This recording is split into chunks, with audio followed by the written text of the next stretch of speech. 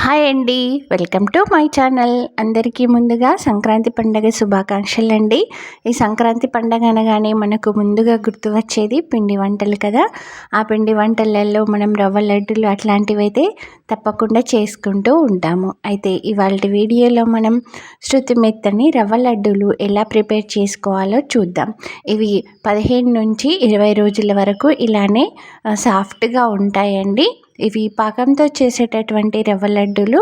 వాటికి మనం సరిపడా ఐటమ్స్ ఏమేమి తీసుకోవాలో నేను ఈ వీడియోలో షేర్ చేస్తున్నాను. మీకు ఈ వీడియో కనుక నచ్చినట్లయితే లైక్ చేయండి, షేర్ చేయండి. నా ఛానల్ని తప్పకుండా సబ్స్క్రైబ్ చేసుకోండి. ఇక్కడ నేను 250 గ్రాముల రవ్వ తీసుకుంటున్నానండి. అదేనండి గోధుమ రవ్వ. ఆ గోధుమ రవ్వకి సరిపడా మనం ఇంగ్రీడియంట్స్ అన్నీ చూద్దాం. దీంట్లో నేను 2 నుంచి 3 స్పూన్ల వరకు నెయ్యి తీసుకున్నానండి. ఆ నెయ్యి కొంచెం వేడైన తర్వాత మనకి ఎన్ని డ్రై ఫ్రూట్స్ అనుకుంటే అన్ని ఎక్కువ వేసుకుంటే చాలా బాగుంటుందండి, టేస్టీగా వస్తాయి. అయితే ఆ డ్రై ఫ్రూట్స్ని మనం చిన్న చిన్న పీసెస్లా కట్ చేసేసుకొని నెయ్యి వేడెక్కిన తర్వాత వాటిని ఇలా కొద్దిగా వేపుకోవాలండి. కలర్ చేంజ్ అయితే సరిపోతుంది. ఆ తర్వాత ఈ డ్రై ఫ్రూట్స్ని మనం వేరే ఇంకొక ప్లేట్లోకి ట్రాన్స్ఫర్ చేసుకోవాలి. ఈ డ్రై ఫ్రూట్స్ని తీసిన తర్వాత ఈ నెయ్యి అలానే ఉండిపోతుంది కదా.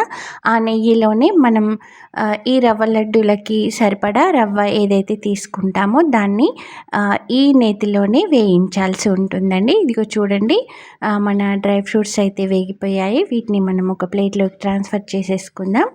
ఇప్పుడు ఇక రవ్వ అండి. నేను ఇక్కడ 250 గ్రామ్స్ రవ్వ తీసుకుంటున్నాను కదా. మనం బౌల్తో కొలుచుకుంటే, అంటే చిన్న బౌల్తో కొలుచుకుంటే 3 బౌల్స్లో వస్తుందండి. ఆ 3 బౌల్స్ రవ్వని స్టవ్ని సిమ్లో ఉంచేసి ఇంకా ఆ నెయ్యిలో ఈ రవ్వనంతటిని కూడా ఇలా కలుపుతూనే ఉండాలండి. ఆ రవ్వ వేపుతున్నప్పుడు మనకు మంచి స్మెల్ వస్తుంది. నేను ఇందులో యూజ్ చేసినటువంటి నెయ్యి కూడా నేను ఇంట్లో తయారు చేసిందేనండి. నేను ఇంతకుముందు వీడియోలో పెట్టాను ఇంట్లో నెయ్యి ఎలా ప్రిపేర్ చేసుకోవాలని.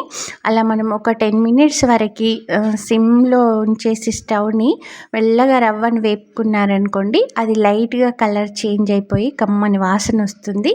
ఆ తర్వాతే మనం ఇంకా ఆ రవ్వని వేరే బౌల్లోకి ట్రాన్స్ఫర్ చేసుకోవాలి. ఇప్పుడు మనం 250 గ్రాముల రవ్వ తీసుకున్నాం కదండి. ఇక్కడ 200 గ్రామ్స్ షుగర్ తీసుకోవాలి. బౌల్ కొలతతో అయితే అక్కడ మనం 3 బౌల్స్ తీసుకున్నాం కదా, ఇక్కడ 2 బౌల్స్ సరిపోతుందండి. మీరు ఎక్కువగా స్వీట్ అనుకుంటే ఇంకొక 2-3 స్పూన్స్ యాడ్ చేస్తే సరిపోతుంది. ఆ తర్వాత హాఫ్ బౌల్ వరకు వాటర్ యాడ్ చేసేసి లైట్గా తీగ రావాలండి. ఇలా వచ్చే వరకు పాకం పట్టేసుకోవాలి. అయితే ఈ పాకం వచ్చే వరకు కూడా ఈ షుగర్ని మనం ప్లేట్తో కలుపుతూనే ఉండాలండి. లైట్గా తీగ పాకం వచ్చాక ఇప్పుడు మనం రవ్వ వేపి పక్కన పెట్టుకున్నాం కదా, ఆ రవ్వనంతటిని ఇందులో వేసేసి ఇది కూడా సిమ్లో ఉంచేసి ఈ ప్రాసెస్ అంతా చేసుకోవాలండి. మెల్లగా కలుపుతూనే ఉండాలి. ఎక్కడ ఉండలు లేకుండా ఈ రవ్వ అంతా ఆ షుగర్ పాకంలో కలిసే వరకు కలుపుకోవాలి. ఆ తర్వాత మనం వేపి పక్కన పెట్టుకున్నటువంటి డ్రై ఫ్రూట్స్, ఒక 4 ఇలాచీలను సన్నగా పొడి చేసేసుకొని ఆ ఇలాచీ పౌడర్ కూడా ఇందులో వేసేసుకోవాలండి. ఇక దీన్నంతటిని మనం ఈ రవ్వ చిక్కబడే వరకు ఇంకా ఇలా కలుపుతూనే ఉండాలి. అడుగున అంటుకోకుండా చూసుకోవాలండి. అయితేనే మనకు రవ్వ లడ్డు అనేది చాలా టేస్టీగా ఉంటుంది. అయితే దీంట్లో మనం కొద్దిగా పచ్చకర్పూరం కూడా వేసుకోవచ్చు. హెల్త్కి చాలా మంచిది, మంచి స్మెల్ వస్తుంది, ఫ్లేవర్ కూడా చాలా బాగుంటుంది. నేనైతే దీంట్లో వేయట్లేదు, ఎందుకంటే బూందీ లడ్డు చేయాలనుకుంటున్నాను, దాంట్లో యాడ్ చేద్దామని అనుకుంటున్నానండి. ఇప్పుడు చూసారు కదా, ఇంకా మనకు రవ్వ అంతా చిక్కబడిపోయిందండి. దీన్ని ఇంకొక బౌల్లోకి ట్రాన్స్ఫర్ చేసుకోవాలి. ఇలానే ఉంచారనుకోండి అది తొందరగా చల్లబడదు. ఇప్పుడు చూస్తున్నారు కదా, మనకి ఇంకా చల్లబడిపోయి రవ్వ అంతా కూడా ఇలా కొద్దిగా పొడి పొడిగా అవుతుందండి. మనం లైట్గా చేతికి నెయ్యి అప్లై చేసుకొని ఇలా చుట్టేసారనుకోండి మనకి రవ్వ లడ్డు అనేది ఇంకా ప్రిపేర్ అయిపోతుంది. చాలా సింపుల్ అండి. ఇందులో మనం పాకం అనేది ఎక్కువ చిక్కగా కాకుండా లైట్ తీగ పాకం వచ్చే వరకు కట్టాం కదా, అందుకని ఈ లడ్డూలు చాలా స్మూత్గా ఉంటాయి. మనకు 15-20 డేస్ వరకు అయితే ఇలానే ఉంటాయండి. నేనైతే ఇలానే ప్రిపేర్ చేస్తాను.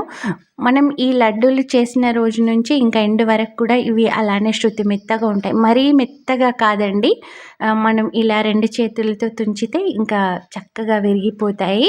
అయితే మనకి ఎప్పుడు ఈ రవ్వ లడ్డు అనేది పైన ఉంది కదండి, రవ్వ రవ్వగా ఉంటేనే అది మంచి టేస్ట్లో వస్తుందండి. మరీ స్మూత్గా అయిపోయింది అనుకోండి, మెత్తగా అదేదో మనం సిరా తింటాం కదా ఆ టేస్ట్లో వస్తుంది. ఇలా ఉంటేనే చాలా టేస్టీగా ఉంటుంది.